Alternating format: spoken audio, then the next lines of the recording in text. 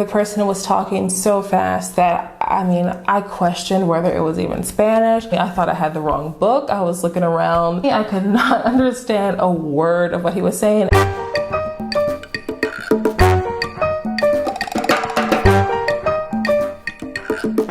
What's up, language leaders? Welcome back to the channel where we're all about helping you live a new language. My name is Erica, and today we are discussing listening comprehension. Yes, this is a big one, guys. Many of you tell me that it's something that you're really struggling with. And aren't we all to some degree? I wanted to give you today some very specific, concrete things that I do to help me specifically in the category of listening comprehension when I'm learning a new language. So I really hope these help you guys out as well. So before we get started, don't forget to subscribe and hit the notification bell so that you don't miss us every week. Now, several of the points that we're going to go over today, I did cover in a previous video that I did a while back in Spanish. O sea, este es el colmo. Si logras entender a los hablantes nativos del español, ya llegaste. I believe that one was entitled How to Understand Fast Speaking Native Spanish Speakers. So if Spanish is the language that you're learning, definitely go and check that video out right after this one. But I did want to do an English version of this video as well as add on a few points that I've been reminded of myself now that I'm learning French. Now, I do have a chart, a little guide to summarize many of the things that we're going to talk about today. In the link that I'll leave below, you can get that for free in my resource library. I suggest that you even print that out if you would like and stick that in your language learning binder so that you have a place to start from when you are wondering what to do today to practice your listening comprehension. All right, let's get started. So the first few tips that we're going to go over apply to our self-study time when we're practicing listening comprehension at home when we're studying. So tip number one is to practice listening actively. So what does this mean? Well, this not only means that we're actually focused in on our listening and that we're not listening in a passive way, having something on in the background while we do other things, but it also means that we need to take some time out of our study routine to listen without any text to go along with the audio. Now, I'm a big fan of having a transcript of what's being said. I'm a big fan of reading along with listening, but we have to understand that listening comprehension and reading comprehension are two separate things. So they can work together in harmony, but when we want to really hone in on our listening, we need to put the text aside. So take some minutes out of your study routine to really focus in and listen to an audio without any text. So when we're trying to listen actively, what I do is I visualize what's going on. I have to form a picture of what's going on. Now, I really like to listen to stories or conversations of a good length. I really have never been able to get into those YouTube videos, for example, that have random sentences that are supposedly for listening comprehension, right? But they're just these random sentences, one after another, that you're listening to in your target language that are really unrelated to each other.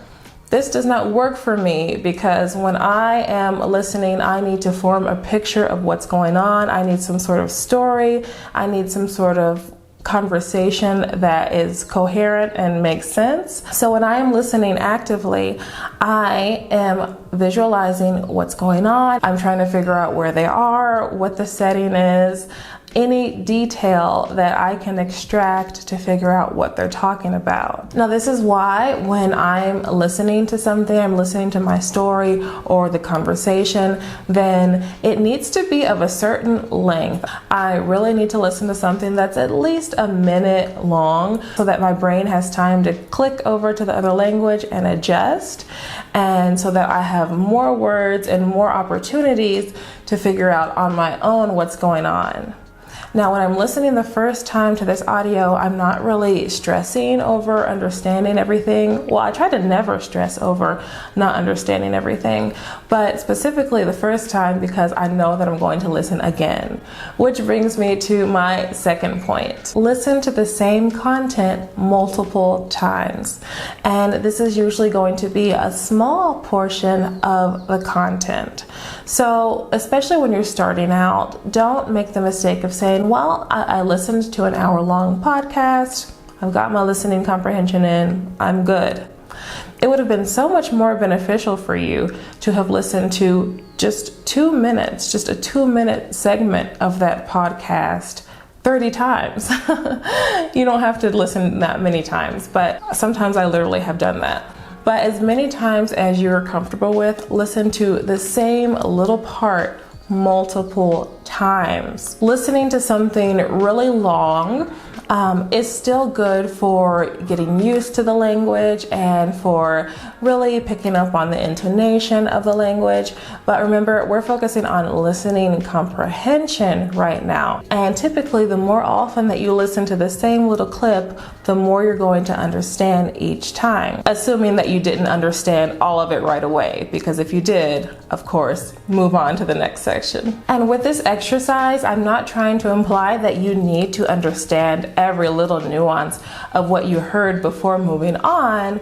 I'm simply saying that the more often you listen to something, the more your ear picks up on certain words that you know or cognates that are similar in your language. So you train your ear to be able to understand, even if it takes a second, what is being said, and this transfers over to real conversation. Okay, this leads to tip number 3. Always be adding to your vocabulary. So listening to the same content multiple times will only help you understand it better if the words contained within it, or many of the words, you already know, or they're similar to a language that you already speak, or you can deduce them from the context. Otherwise, listening to the same thing that you don't understand at all because you don't know any of the words is not going to miraculously help you understand the words. So once you've extracted everything that you can on your own, you're definitely going to want to pull out that transcript at this point. Or if you're working with a material for which you don't have a transcript, I would even suggest getting it transcribed. You can get this done really inexpensively, especially for some languages. Some languages are going to be a little more expensive than others. But if you're working with something that you really enjoy, why not invest in getting it transcribed? So at this point, you're going to want to look at what you were hearing. Pick out all of those words that maybe you knew but your brain just missed, and find all of those words, at least the ones that are important to you to remember. Find those and learn them. Put them into your vocabulary system. What is a vocabulary learning system?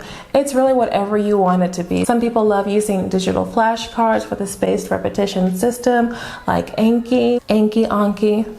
I don't know. Others like using something called the Gold List method, and others prefer to simply read paragraphs that contain those words, such as the material that you're working with right now, multiple times in order to ingrain that vocabulary in their brain, or even create their own paragraphs, sentences that contain those words. So do whatever is comfortable for you to actively learn new words, because obviously the more words you know, the better your listening comprehension is going to be. So this next tip may be controversial, but it is what I have found works for me.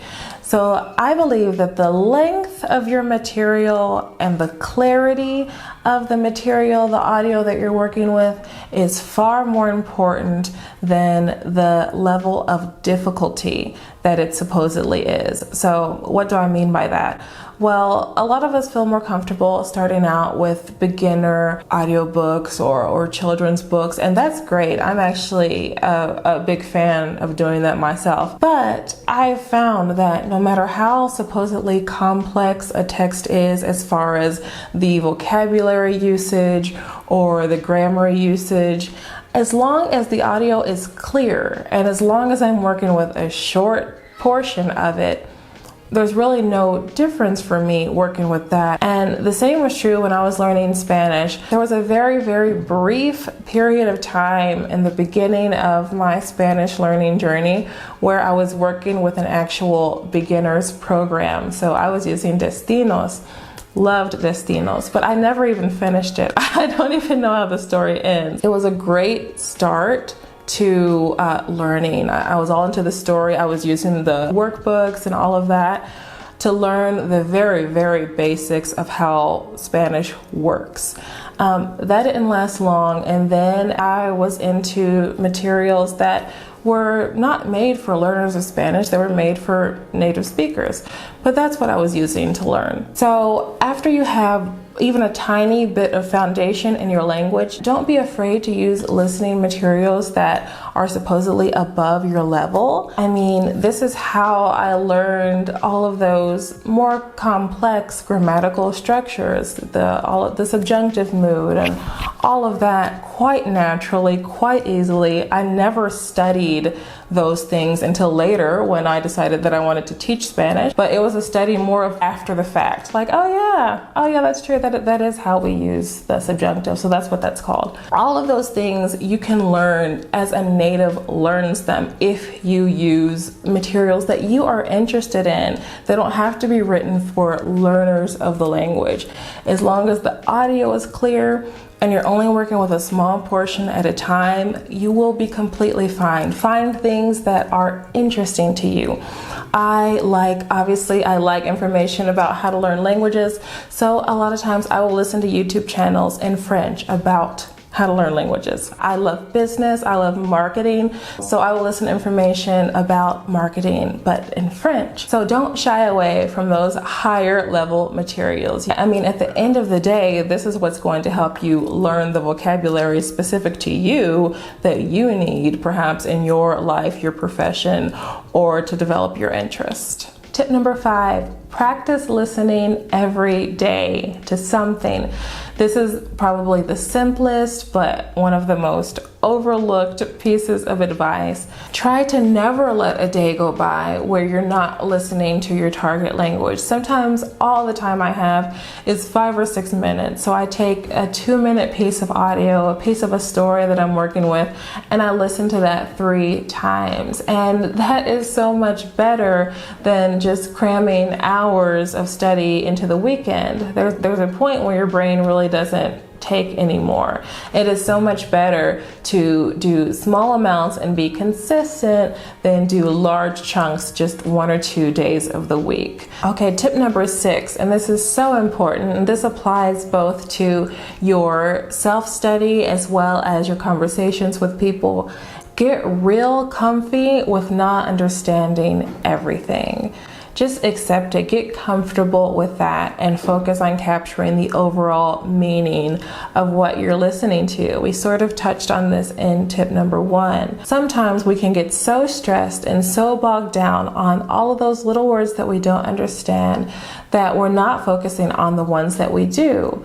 Sometimes with the words that we do understand and a little bit of context behind what's going on, we're able to figure out what someone is saying to us. Okay, tip number 7, adjust your expectations. So you're going to understand different things differently. The easiest thing to understand is going to be that controlled material that you're listening to at home, that you have the ability to listen to over and over again. You're usually going to be working with a clear audio, maybe just a portion of your audio. That is going to end up being the easiest thing for you to understand. And then a step up from that is how well you're able to listen when you're talking to a person. So when you're talking one-on-one with a person, you usually have some context, unless they just randomly came up to you in the street. But say you're talking to a friend, you know the subject that you're talking about, and so that is going to help in itself. But we have some added pressure because now we're expected to say something spontaneously and understand what the person says back. So our anxiety might be a little heightened and listening comprehension becomes a bit more difficult. And one of the most difficult things to understand would be just overhearing a conversation between two native speakers, let's say. We don't have any context. We're just eavesdropping. We don't really know what they were talking about. So no one's worried about speaking slowly or adjusting anything for our benefit. There's probably slang being used. This is just to be expected. So adjust your expectations. Don't get discouraged just because you can't understand two people that are talking over here where you're not included in the conversation. That's a higher level, and you will get there eventually, which leads to my final point: trust the process. In the video about understanding fast-speaking native speakers that I did in Spanish, I told a story about one of my first listening experiences in Spanish where the person was talking so fast that, I questioned whether it was even Spanish. Llegó el momento en que se presentó en la plataforma un lector, quien hablaba más rápido que cualquier otra persona que había conocido en toda mi vida. I had a text that I was following along with. He was actually reading. He wasn't speaking, he was reading.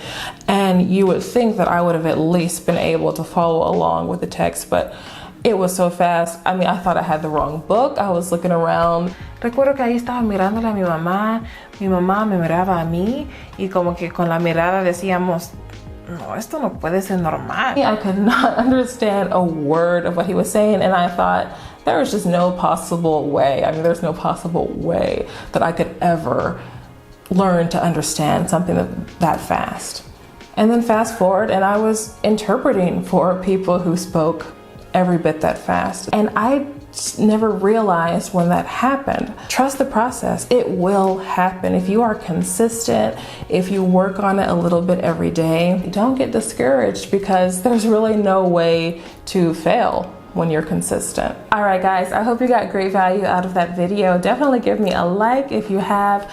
Don't forget to subscribe and hit that notification bell. Don't forget, I will be linking a chart that discusses both how to listen and what materials to listen to make sure that you're getting a variety. I'll have that linked below, so definitely go and download that. Keep it with your study materials. If you got value out of this video, please give me a like and subscribe to the channel. Hit the notification bell so that we can see each other again next week. Don't forget to go out and live a new language today.